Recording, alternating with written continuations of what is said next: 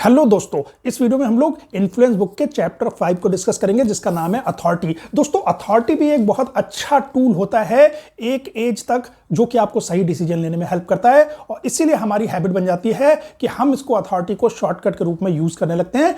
लेकिन अब अथॉरिटी को कुछ लोग, कौन लोग जो कि चालाक होते हैं, धूर्त होते हैं, जो आपको बेवकूफ बनाना चाहते हैं, वो लोग इस अथॉरिटी को फिर फेक अथॉरिटी क्रिएट करके आपको बेवकूफ बनाते हैं, क्योंकि उनको पता है कि आप अथॉरिटी के इन्फ्लुएंस में आके उनकी बात मान जाओगे, तो वो फेक अथॉरिटी क्रिएट करते हैं। अब देखिए दोस्तों, हम सब लोग अथॉरिटी की बात क्यों मानते हैं, और स्पेशली एक सर्टन एज तक, जब तक कि आप 40-45 की एज तक नहीं पहुंच जाते, वो इफेक्ट बहुत ज्यादा रहता है। बचपन में सबसे ज्यादा, फिर धीरे धीरे कम होता है, लेकिन 25, 30, 35 तक भी वो असर पूरी तरीके से जाता नहीं है। जब तक आप चीजों को लेकर अनश्योर होते हो ना, तो आप हमेशा अथॉरिटी की तरफ देखते हो। फॉर एग्जाम्पल, आपको बचपन में नहीं पता था कि भाई करंट के तार को छूने से करंट लग जाएगा, मैं मर सकता हूं। कोई गर्म चीज को छूने से हाथ जल जाएगा, आग में हाथ देने से हाथ जल जाएगा। ये बेसिक चीजें भी बचपन में नहीं पता थी ना।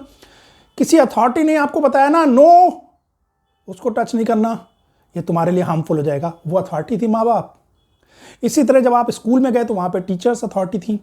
वहां पे आपको स्कूल में ये पता था कि ये जो हमें बताएंगे, इनकी बात अगर हम मानेंगे तो हमें एक अच्छा स्टूडेंट माना जाएगा, हमें बहुत तरह के फायदे होंगे, हमारे माँ बाप भी खुश होंगे और हमारा परफॉर्मेंस भी अच्छा जाएगा। तो आप वहां पे भी अथॉरिटी की बात मानते थे।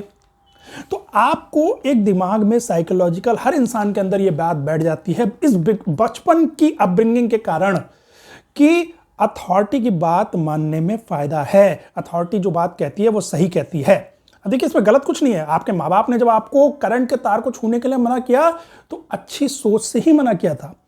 अब इसी तरीके से दुनिया में दोस्तों आप लोग धीरे धीरे आगे बढ़ते हो, स्कूल में जाते हो, कॉलेज में जाते हो, लेकिन हर चीज का नॉलेज तो आदमी नहीं सीख सकता ना। एक्सपीरियंस से आदमी सीखता है। 35-40 साल की एज तक जाते जाते, 45 साल की एज तक जाते जाते बहुत सारी चीजें एक्सपीरियंस से सीखता है इंसान, धोखे खा के सीखता है। लेकिन एक 25 साल के इंसान को यह नहीं पता ना, ये चीज कि वो धोखे, क्योंकि उसने अभी खाए नहीं है। तो अब देखिए, एक और मैं आपको एग्जांपल देता हूं कि क्यों ये अथॉरिटी यूज की जा सकती है as a manipulation tool. Because हम जब अनश्योर होते हैं या जब हम यंगर होते हैं, जब हमें चीजों का एक्सपीरियंस नहीं है, तो हम अथॉरिटी की बात मानते हैं अपने बचपन के एक्सपीरियंस की वजह से, क्योंकि बचपन में अथॉरिटीज ने हमें सही राह दिखाई थी। इवन आप, मैं कह रहा हूं बड़े भी हो गए, मैं कह रहा हूं 35 साल 40 साल के भी हो गए हो, आपको एक दुनिया का बहुत एक्सपीरियंस भी हो गया है, लेकिन अब एक पर्टिकुलर चीज है, मान लीजिए किसी डॉक्टर के पास जाते हैं आप। अब डॉक्टर का तो आपको मेडिकल लाइन का तो एक्सपीरियंस नहीं है ना, वहां अथॉरिटी की बात मानते हैं लोग। तो इसीलिए मैंने आपको चाइल्डहुड का एग्जाम्पल दिया, when authority was your parents and teachers. तो उस वजह से हमने एक शॉर्टकट बना लिया कि भाई अथॉरिटी की बात मानेंगे तो फायदा होगा। अथॉरिटी की बात सही होती है क्योंकि दे आर मोर नॉलेजेबल, उनको ज्यादा पता है हमसे, और धीरे धीरे ये इंसान के सबकॉन्शियस माइंड में बैठ जाता है। अब देखिए, डॉक्टर का मैंने जैसे एग्जांपल दिया, अब तो आजकल फिर भी इंटरनेट आ गया है दोस्तों, तो हम लोग चेक करते हैं डॉक्टर ने क्या प्रेस्क्रिप्शन लिखा है, क्या दवाइयां लिखी हैं, क्या डायग्नोसिस लिखी है, कौन कौन सी टेस्टिंग लिखी है। आज के टाइम में बहुत आदमी स्क्रूटनी करता है ऑनलाइन जाके, पर मैं अपने बचपन का बता रहा हूँ, इवन 90s तक हम लोग पूरी तरीके से डिपेंडेंट है डॉक्टर पे। डॉक्टर ने अगर 4 तरह की टेस्टिंग भी लिख दी ना, उसको जांच करने का हमारे पास कोई दूसरा तरीका नहीं था। केवल एक ही तरीका था कि हम किसी दूसरे डॉक्टर से सलाह लें, और एक डॉक्टर कभी दूसरे डॉक्टर की बात नहीं काटता था। यह भी एक इनका अथॉरिटी का रूल होता है। किसी हायर लेवल के डॉक्टर ने कोई बात लिख दी तो दूसरा उसका बंदा उसकी बात को नहीं काटता, अनटिल अनलेस कि आपकी पर्सनल जान पहचान होती थी किसी डॉक्टर से। आज का टाइम थोड़ा चेंज हुआ है। आज हम लोग के पास चैट जीपीटी है, इंटरनेट है, तो हम लोग फिर भी चीजें सर्च कर लेते हैं, लेकिन फिर भी आप उस डॉक्टर को क्वेश्चन करने में डरते हैं, अथॉरिटी को उसकी क्वेश्चन करने में डरते हैं।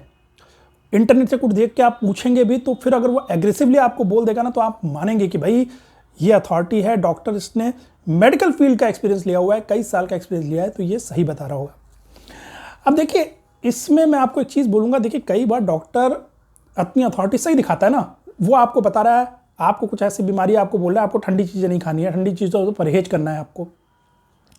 वो आपको बोल रहा है आपको बेड रेस्ट करना है, वो आपको सही इंस्ट्रक्शंस दे रहा है ना।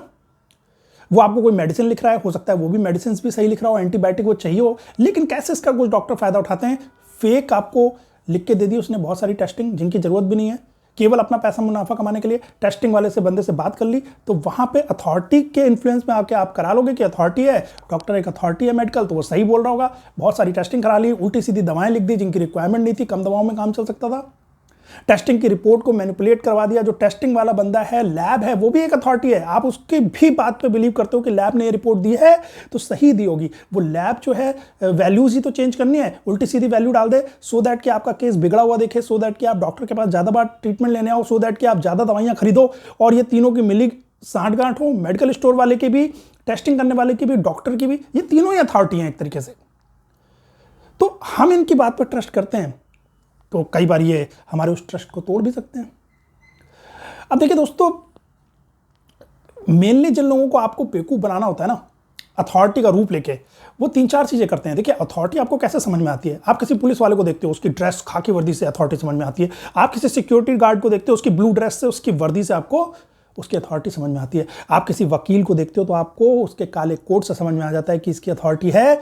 आप किसी डॉक्टर को देखते हो तो उसके वाइट कोट से आपको उसकी अथॉरिटी पता चल जाती है कि ये डॉक्टर है। हॉस्पिटल में भी जाते हो तो आपको अदर स्टाफ अलग पता चलता है, डॉक्टर जो है वाइट कोट में अलग दिख जाता है। तो ड्रेस से भी एक अथॉरिटी का हमें आभास होता है सामने वाले की।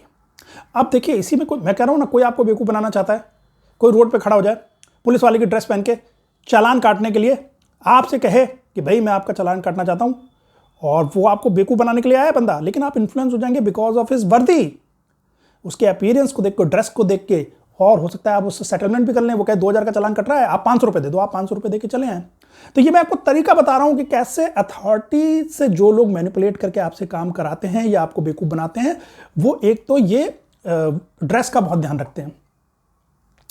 आपको कोई बिजनेसमैन है, वो फेक अपने हॉस्पिटल का खर्चा आपसे निकलवाना चाहता होगा, वो हॉस्पिटल में फेक खर्चा कराना चाहता होगा, तो आपके पास वो डॉक्टर को भेजेगा ताकि डॉक्टर के वाइट कपड़ों को देख के आप डॉक्टर की बात को एज ए अथॉरिटी वैल्यू दें और इन्फ्लुएंस हो जाएं। वो खुद आके हॉस्पिटल का ओनर आपसे नहीं कहेगा कि ये आपको खर्चा करना पड़ेगा। बड़ा खर्चा करवाना है, झूठा खर्चा कराना है, तो वो किसी डॉक्टर को भेजेगा। तो ड्रेस बहुत इंपॉर्टेंस है। जब हम वर्दी देखते हैं ना, जब हम पर्टिकुलर ड्रेस देखते हैं, तो उससे जुड़ी अथॉरिटी हमारे दिमाग में चली जाती है और हमारे ज़्यादा चांसेस रहते हैं बात मानने के। इसीलिए जिन लोगों को फेक अथॉरिटी क्रिएट करनी होती है, वो भी फेक ड्रेसअप करके आते हैं। जैसा कि मैंने एग्जांपल बताया, कोई पुलिस वाला की फेक ड्रेस पहन के बैठ जाए या कोई सिक्योरिटी गार्ड की फेक ड्रेस पहन के बैठ जाए, ठीक है ना। सेकंड दोस्तों है टाइटल। देखिए, टाइटल से भी हम लोग बहुत इन्फ्लुएंस होते हैं। कोई आपको मिले, आपको कोई मेडिकल सलाह दे रहा हो, शायद आप उसकी बात वैसे ना माने। किसी पार्टी में मान लीजिए कोई मिलता है, कोई मिले, बोले मैं डॉक्टर राकेश हूँ, हेलो। उसके बाद जब आपका केस सुने और वो आपको कुछ पार्टी में ही रिकमेंडेशन दे रहा है, आप उसकी बात ध्यान से सुनोगे, उसकी बात को ज़्यादा वैल्यू दोगे, उसकी बात को मानोगे, क्योंकि उसने अपना टाइटल बोल दिया। बस उसी टाइटल से कहीं पे कोई आपकी वीडियो रिकॉर्डिंग कर रहा है, आप मान लो किसी से गाली गलौज कर रहे हो, लड़ाई कर रहे हो, कोई वीडियो रिकॉर्डिंग कर रहा है, आपको इतनी टेंशन नहीं होगी। वो अपना टाइटल बोल देना कि आई एम फ्रॉम आज तक प्रेस रिपोर्टर, तो प्रेस रिपोर्टर के टाइटल से आपको उसकी अथॉरिटी फील होगी और आप ज़्यादा डरोगे कि भैया ये तो रिपोर्टर है, ये कोई ऐसा वैसा व्यक्ति नहीं है जो कोई भी रिकॉर्डिंग कर रहा हो। तो टाइटल्स जो है ना, कि मैं इंजीनियर हूँ, मैं डॉक्टर हूँ, मैं लॉयर हूँ, मैं आपका बॉस हूँ, मैं मैनेजर हूँ कंपनी में, ये सब क्यों क्रिएट किए गए हैं? ये भी सामने वालों पे अथॉरिटी डालने के लिए किए गए हैं, ताकि लोग ज़्यादा कंप्लायंस करें। देखिए, ऑफिस में सीनियर मैनेजर की पोस्ट तैयार की जाती है, क्यों? ताकि लोगों को पता रहे कि भाई ये है सीनियर मैनेजर, इसकी सबको बात माननी है, ये सीईओ है। क्यों अलग नाम देने की जरूरत है? वरना तो डेजिग्नेशन देने की जरूरत ही नहीं होती किसी को। ये अलग अलग डेजिग्नेशन क्यों दिए गए हैं कि ये इंजीनियर है पर ये सीनियर इंजीनियर है, ये आपका मैनेजर है, ये आपका ग्रुप लीड है, ये आपका सेक्शन लीड है, ये आपका डिपार्टमेंट लीड है, ये कंपनी का हेड है, ये सीईओ है, ये एमडी है। ये सारी पोस्ट आपके ऊपर साइकोलॉजिकल इंपैक्ट डालती हैं, वरना आप रेस्पेक्ट करोगे नहीं। केवल नाम के पोस्ट सुन के ही आदमी रेस्पेक्ट कर देता है। तो ये भी एक मैनिपुलेशन टेक्निक है। अब इसी में आपको किसी को बेवकूफ बनाना है तो वो फर्जी अपना एक क्रिएट कर लेगा, क्रेडेंशियल आपके पास कॉन्टैक्ट करेगा, कॉल करेगा आपको और बोलेगा भाई मैं पुलिस डिपार्टमेंट से एसपी बोल रहा हूं। देखो आजकल कितने लोग डिजिटल अरेस्ट हो जाते हैं। मैं एकदम बिल्कुल लाइव एग्जांपल अभी का दे रहा हूं। डिजिटल अरेस्ट क्यों होते हैं? लोग करोड़ों के पैसे, अभी किसी का रीजन के सहायता करोड़ों रुपए उनके पढ़े लिखे लोगों के बैंक अकाउंट से करोड़ों रुपए ठग लिए सिर्फ डिजिटल अरेस्ट करके। डिजिटल अरेस्ट कैसे किया? एक अथॉरिटी दिखा के कि मैं एसीपी क्राइम बोल रहा हूं, आपका बेटा नारकोटिक्स में पकड़ा गया है, एसीपी क्राइम, ड्रेस पहन के बैठा हुआ है, एसीपी की स्टार्स लगे हुए हैं, पूरा इंपैक्ट आ रहा है, ड्रेस से बेवकूफ बनाया, टाइटल से बेवकूफ बनाया। ये बिल्कुल रिसेंट तरीका बता रहा हूं। आजकल जितने भी लोग हाउस अरेस्ट होते हैं, डिजिटल अरेस्ट होते हैं, उनके लिए बता रहा हूं, आप भी सावधान रहो। इसी तरह बेवकूफ बनाते हैं वो आपको। बस पहले ड्रेस दिखेगी आपको, फिर आपको टाइटल दिखेगा और आप डर जाओगे। तो वहां पे अक्ल लगानी है दोस्तों। तरीका वीडियो में आगे बताऊंगा कैसे, इसका डिफेंस सिस्टम क्या है। तीसरा तरीका दोस्तों होता है बड़े बड़े अपने आप के पोजीशंस दिखा के, अपने आप को खूब रिच दिखा के। देखिए इस दुनिया में सीधा सा कॉन्सेप्ट है कि अमीर लोग सबको अच्छे लगते हैं, अमीर लोगों से सब लोग इन्फ्लुएंस हो जाते हैं।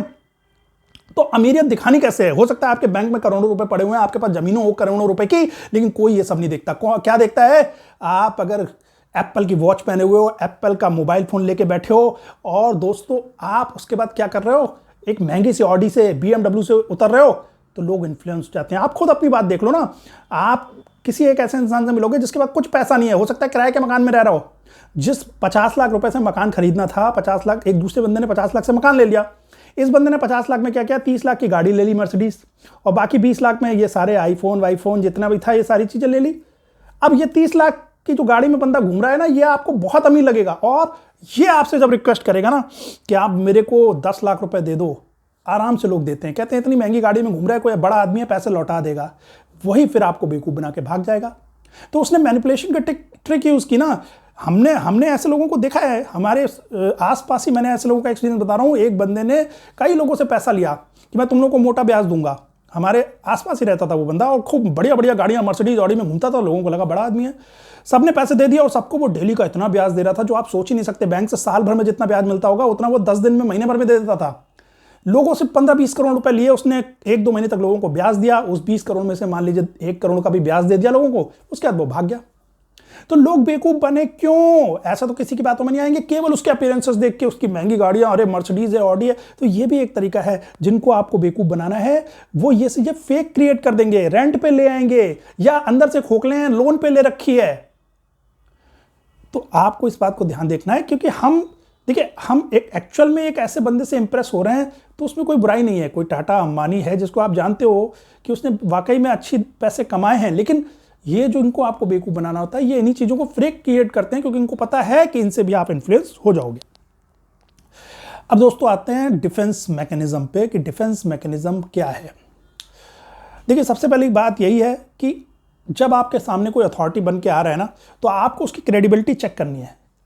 ठीक है, वो सही में सब्जेक्ट मैटर एक्सपर्ट है कि नहीं। अब मैं मान लीजिए, मैं आपको बहुत अच्छा एग्जांपल देता हूं। अभी shine.com पे मैंने अपने दूसरे चैनल पे एक वीडियो बनाया है। बहुत ज़्यादा लोगों को shine.com ने ठगा हुआ है। तो मैंने Safal Agrawal news channel video YouTube channel पे वीडियो बनाया था कि कैसे shine.com की लोगों ने 2-2 लाख 3-3 लाख की पेड सर्विसेज ले ली हैं जॉब पाने के लिए।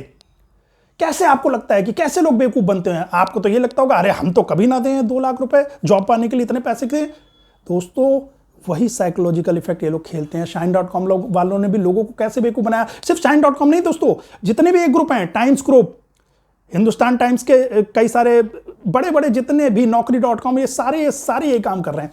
करते क्या है ये दोस्तों? इन्होंने ऐसे बंदों को लगा रखा है जो आपसे एकदम अथॉरिटी की तरह बात करेंगे। मैंने खुद बात की है, मुझे बहुत बेवकूफ बनाने की कोशिश की, तो टोन मुझे पता है।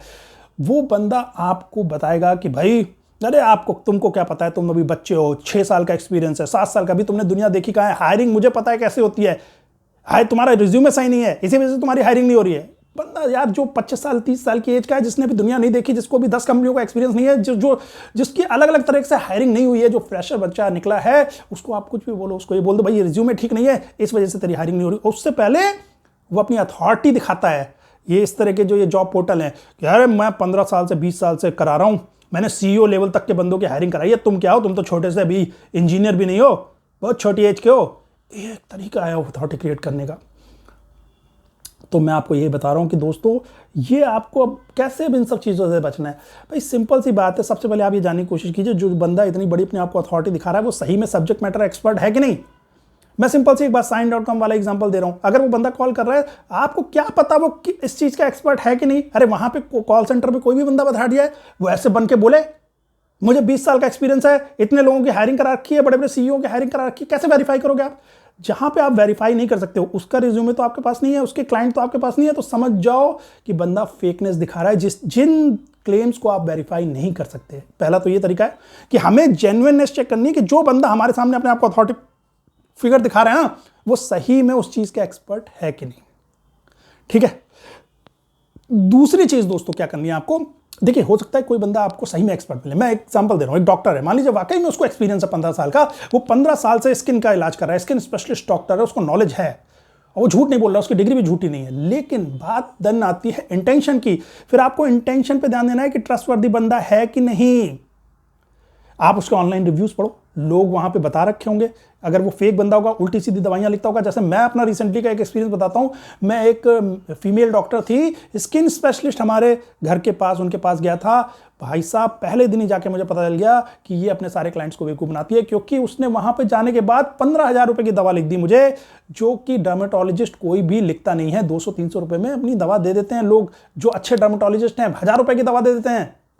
अच्छे डर्मेटोलॉजिस्ट वो आपको परहेज ज्यादा बताते हैं। मैं बचपन में गया हूं डर्मेटोलॉजिस्ट के पास, जब मैं स्टूडेंट था, तो उनको पता था कि ये स्टूडेंट है, ज्यादा पैसे नहीं दे पाएगा, तो उन्होंने मुझे बिल्कुल नॉर्मल सी दवाएं दी। ये मैडम जो थी, ये केवल प्रोडक्ट बेचने के लिए बैठी थी। महंगे महंगे पेरिस के प्रोडक्ट उन्होंने रखे हुए थे, शैम्पू, क्रीम, और ये उसको डर्मेटोलॉजिस्ट डॉक्टर के नाम पे बेच रही थी। वो केवल यही काम कर रही थी। अब वहां पे क्या है, मैं उसके पास गया उसको अथॉरिटी समझ के, because she is skin specialist doctor, dermatologist, तो उसकी अथॉरिटी होगी। उस अथॉरिटी का वो गलत यूज कर रही है। वो अपने ही यहाँ वो प्रोडक्ट रख के बेच रही है, महंगे महंगे 5-5 हज़ार के शैम्पू बेच रही है, उस पर तगड़ा मार्जिन कमा रही होगी, उन कंपनी वालों से भी पैसे ले रही होगी जिनके महंगे प्रोडक्ट वो इंडिया में बेच रही है। तो अब बाद में मैंने जब रिव्यूज देखे उसके ऑनलाइन, तो सबने यही शिकायत की कि भैया यार 20-20 हज़ार की दवाइयां लिखती हैं, फिर वो सारे प्रोडक्ट उन्हीं के यहाँ मिलते हैं, सारे स्किन के प्रोडक्ट, दवाइयां भी नहीं लिखती हैं, स्किन और हेयर के प्रोडक्ट लिख रही हैं सारे, केवल क्रीम, लोशन, ये सब। तो भाई इन सबसे मुझे क्या पता चला कि भले ही she is a doctor, she is a dermatologist, maybe she is having a degree, but वो उसके इंटेंशन अच्छे नहीं है। और एक बार जब आपको ऐसा क्लियर हो जाए ना इसका इंटेंशन सही नहीं है, ट्रस्टवर्दी नहीं है बंदा, तो भी उससे दूर हो जाइए। एक चीज इसमें और बताता हूं आपको बोनस के रूप में, कि जो फेक अथॉरिटी दिखाते हैं ना, वो कई बार आपको और भी अच्छे तरीके से बेवकूफ बनाने के लिए, क्योंकि आजकल लोग भी समझदार हो गए ना। आप बताओ ना कि कोई बंदा आके सब कुछ अपना अच्छा ही अच्छा बताता जाएगा, तो आपको लगेगा कि कुछ दाल में काला है। भले ही वो उस चीज की अथॉरिटी हो, भले ही, है ना। भले ही मैं कह रहा हूं कोई मान लीजिए इन्वेस्टमेंट कंसल्टेंट है, जो लोगों को इन्वेस्टमेंट की सलाह देता है, उसने कोई कोर्स किया हुआ है इन्वेस्टमेंट का, उसे 10 साल का एक्सपीरियंस है, वो लोगों का एज ए सीए काम करता है, as a investor, investment guider काम करता है, इन्वेस्टमेंट का गाइडेंस देता है मान लीजिए, ठीक है। अब ऐसे बंदे क्या करते हैं कि इनको पता है कि अगर मैं अपने प्रोडक्ट की सिर्फ तारीफ पे तारीफ करूंगा, सामने वाला समझ जाएगा कि ये फेक बंदा है, ये झूठी बात बोल रहा है, तो वो ट्रिक आजमाते हैं। कहते हैं देखो सर, छोटा सा एक ड्रॉबैक बता देंगे अपने प्रोडक्ट का। सर देखिए सर, ऐसा नहीं है कि मैं सिर्फ कंपनी की तरफ से हूं तो अपने प्रोडक्ट की सिर्फ बुराई करूंगा, मुझे आपका भी बेनिफिट देखना है, तो मैं आपको सच्ची बात बता रहा हूं कि इसमें ये कमी है, एक छोटी सी थोड़ी। इससे उसने आपका ट्रस्ट जीत लिया, विश्वास जीत लिया। बस वो छोटी सी कमी बताने के बाद वो सारे बड़े बड़े फायदा बता देगा, और आप तो वैसे ही इन्फ्लुएंस हो गए कि यार सच्चा बंदा होगा ये, जो तभी तो इसने छोटी सी अपनी जो कमी थी वो भी बता दी। वो जरा सी कमी उसने बताई, ऐसा नहीं है कि बहुत बड़ी कमी बताएगा, और बड़ी बड़ी अच्छाइयाँ बाद में बता देगा। तो ये भी एक तरीका है। तो दोस्तों सार मैं इसको समझ कर देता हूँ आपको बताने के लिए फिर से। देखिए, जब आप बचपन में बड़े हो रहे थे तो आपके अथॉरिटी फिगर जो थे, उन्होंने अच्छे इंटेंशन से आपको बताया क्या सही है क्या गलत है, इसलिए आपके अंदर एक हैबिट डेवलप हुई है कि अथॉरिटी की बात से आप इन्फ्लुएंस हो जाते हो। लेकिन इसका जो फायदा उठा के बहुत से लोग फेक अथॉरिटी क्रिएट करते हैं। वहां पे आपको इन्फ्लुएंस नहीं होना है, वहां पे आपको सही दिमाग लगाना है कि सही में ये बंदा इतना ट्रस्टवर्दी है, सही में ये बंदा इतना नॉलेजेबल है, जिस चीज का ये सब्जेक्ट मैटर एक्सपर्ट अपने आप को दिखा रहा है, सही में उस चीज का सब्जेक्ट मैटर एक्सपर्ट है कि नहीं।